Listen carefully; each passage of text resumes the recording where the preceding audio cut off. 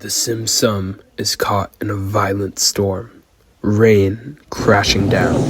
Pi, soaked and terrified, clings to the railing. His family is struggling to stay upright nearby. Hi, hold on tight! Father! I can't see! No! No, my hand! Another wave crashes, and Pi swept to the edge of the ship. Suddenly, everyone is pushed to one side, slamming into each other. Pi is struggling through the panicked crowd on the deck of the sinking Sim Sum. He is disoriented and terrified. The officer is trying to maintain order, shouting instructions in a language Pi does not comprehend. Get to the lifeboat! Women and children first! Pi tries to get closer to his family, who is somewhere in the crowd. Mother! Father! The ship lurches violently. The officer grabs Pi roughly by the arm. He shows Pi towards the lifeboat that's being lowered into the water. Come on! Come on! My family! Pi exclaims, but the officer doesn't understand. He shoves Pi towards the lifeboat that's being lowered into the water. No, wait! It's too late. Pi is pushed into the boat and cast away from his family. Defeated, Pi looks around to see if he knows anyone around him. In the corner of his eye, he catches Richard Parker, the zoo's fiercest animal. Richard Parker? Is that you? Richard Parker struggles to swim through the deep ocean. Don't give up, please. Come to the lifeboat.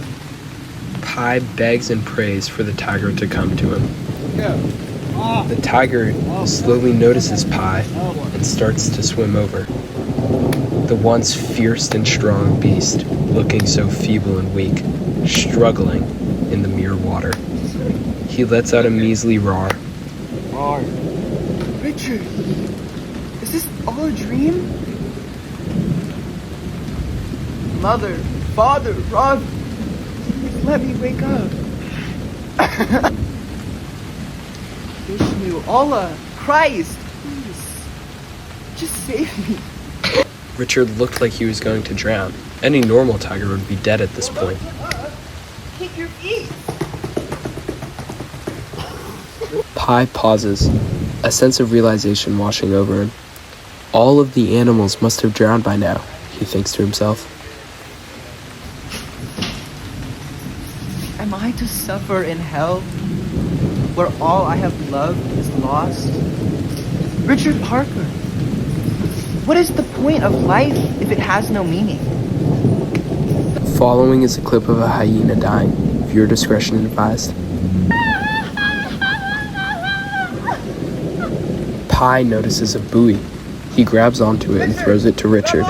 It does not reach anywhere near Richard, but he notices the buoy, giving him a rush of power to keep going.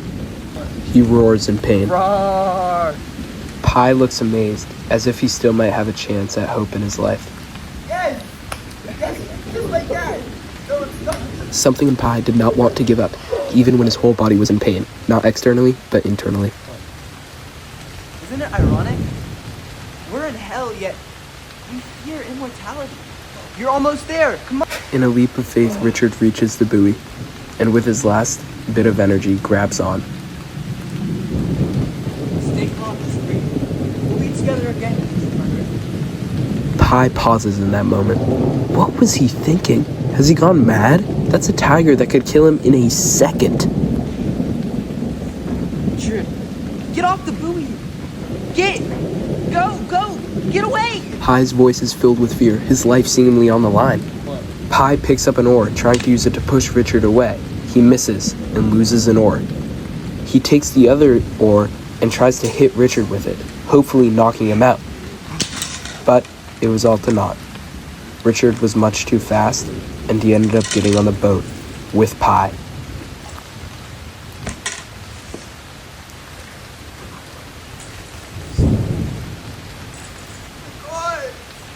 Richard Parker rises up, revealing just how massive he is up close.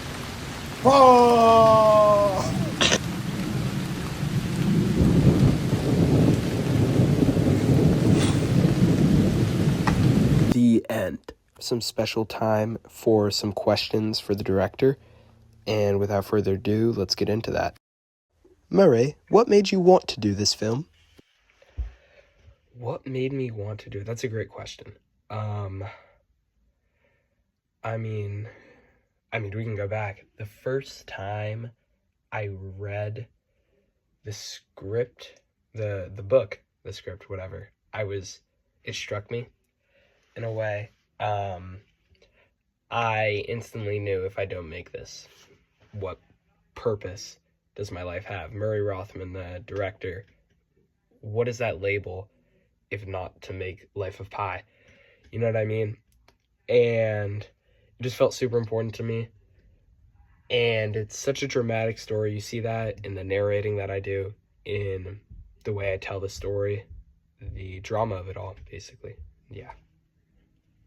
Let's talk about your casting choices. What made you want to choose those actors, and how did they do, in your opinion? In terms of my casting choices, I talked to my agent, and he said we didn't have a very big budget for this movie. I was kind of down on my luck at this point. I mean, now look at me. But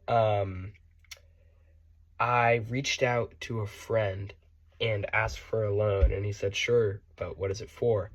So I sent him a copy of the script. He read it. He gave me millions to get the best actors out there. So that's what I did. I mean, Selwyn, Saul, Harper, Lucia, Lorena, John Collin, Richard Parker, wow. And we even had some money for some extras, some background characters. It just shows how much we really care about this movie, and I love it. Thank you.